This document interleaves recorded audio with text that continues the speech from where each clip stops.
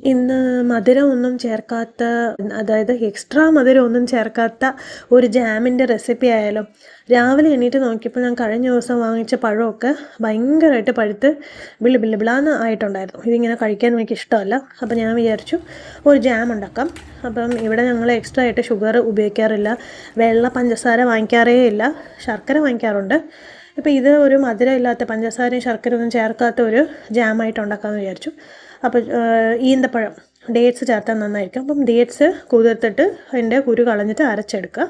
എന്നിട്ട് നെയ്യ് ചേർത്തിട്ട് ഡേറ്റ്സ് ഇങ്ങനെ നല്ലോണം വഴറ്റിയെടുക്കണം. കുറച്ച് വെള്ളം ഒഴിച്ചു, അത് അരച്ച മിക്സിയിലുള്ള വെള്ളം. പിന്നെ പഴം ഇങ്ങനെ ഫോർക്ക് വെച്ച് ഉടച്ചെടുക്കാം. എനിക്കാണെങ്കിൽ ഇതിങ്ങനെ ബ്രെഡിലൊക്കെ സ്പ്രെഡ് ചെയ്യുമ്പോൾ ഇങ്ങനെ തുരുന്നിരിക്കുന്നതാണ് ഇഷ്ടം, അതുകൊണ്ട് ഇങ്ങനെ ചേർക്കുന്നു. അല്ലാന്നുണ്ടെന്നുണ്ടെങ്കിൽ ഇത് ഫുള്ള് മിക്സിയിൽ അടിച്ചിട്ട് ഇച്ചിരി വെള്ളം ഒഴിച്ച് അരിച്ചെടുത്തിട്ട് ആ അരിച്ച് വരുന്നത് ചേർക്കാം. പക്ഷേ എനിക്കിതിങ്ങനെ ഇഷ്ടമാണ്, കാരണം അതിൻ്റെ തോലിലൊക്കെ ഇഷ്ടംപോലെ ഫൈബർ ഉള്ളതുകൊണ്ട് ഞാൻ ഡേറ്റ്സ് അരിച്ചില്ല. പഴം ഇങ്ങനെ ഇടയ്ക്കിടയ്ക്ക് ഇങ്ങനെ ഗുണ്ടായിട്ട് കിടക്കുന്നത് എനിക്കിഷ്ടമാണ്. പിന്നെ ഇതിൽ പഞ്ചസാര ചേർത്തിട്ടില്ലാത്തതുകൊണ്ട് കുറച്ച് കോൺഫ്ലവർ ഒഴിക്കണം, ആ ഒരു കൺസിസ്റ്റൻസിക്ക് വേണ്ടിയിട്ടാണ്. അല്ലെങ്കിൽ അതിങ്ങനെ അങ്ങനെ ചേർന്ന് വരില്ല.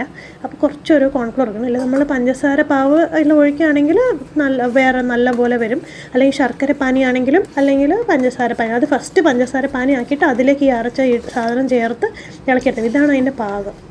കണ്ടോ, ഇങ്ങനെ അടി പിടിക്കാതെ ഇങ്ങനെ കുഴഞ്ഞ് ഇങ്ങനെ ഇളകി വരണം, അതാണ് അതിൻ്റെ പാകം. ഈ സമയത്ത് നമ്മൾ തീ ഓഫ് ചെയ്തിട്ട് കൂൾ ചെയ്യാൻ വെച്ചിട്ട് കുറച്ച് കൂളായി കഴിയുമ്പോൾ പാത്രത്തിലേക്ക് എടുത്ത് വയ്ക്കാം.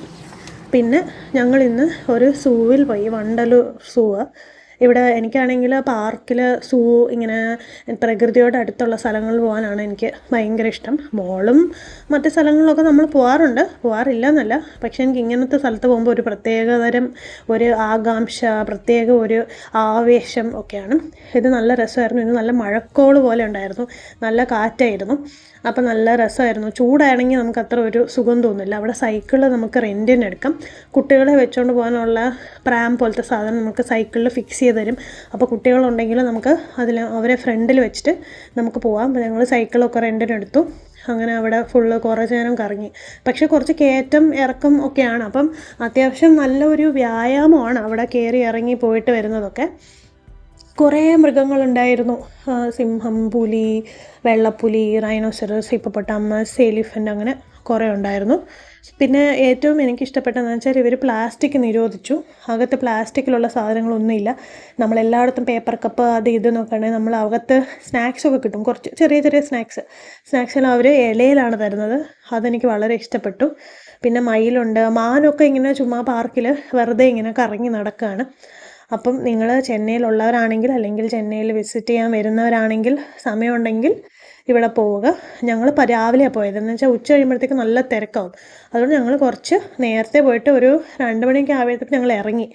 നല്ല വെയിലുള്ള ദിവസമാണെങ്കിൽ ആ സമയത്ത് നമുക്ക് പോകാൻ പറ്റില്ല, കാരണം ഭയങ്കര ചൂടായിരിക്കും.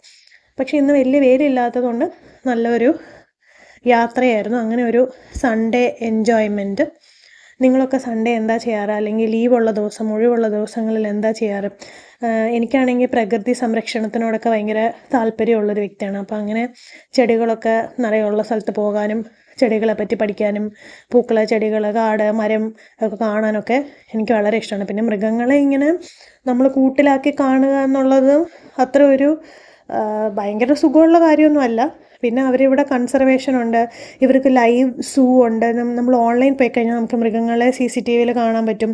പിന്നെ നമുക്ക് മൃഗങ്ങളെ അഡോപ്റ്റ് ചെയ്യാം. ഇവിടെ റിസർച്ചൊക്കെ നടക്കുന്നുണ്ട്. പിന്നെ ഹോസ്പിറ്റലുണ്ട്. അങ്ങനെ മൊത്തത്തിൽ ഇപ്പോൾ ഈ സിറ്റിയിൽ ഒരു ഇത്രയും ഏക്കർ ഏരിയ അവർ കൺസർവ് ചെയ്തേക്കാണ്, വണ്ടലൂർ റിസർവ് ഫോറസ്റ്റ് എന്ന് പറഞ്ഞ്.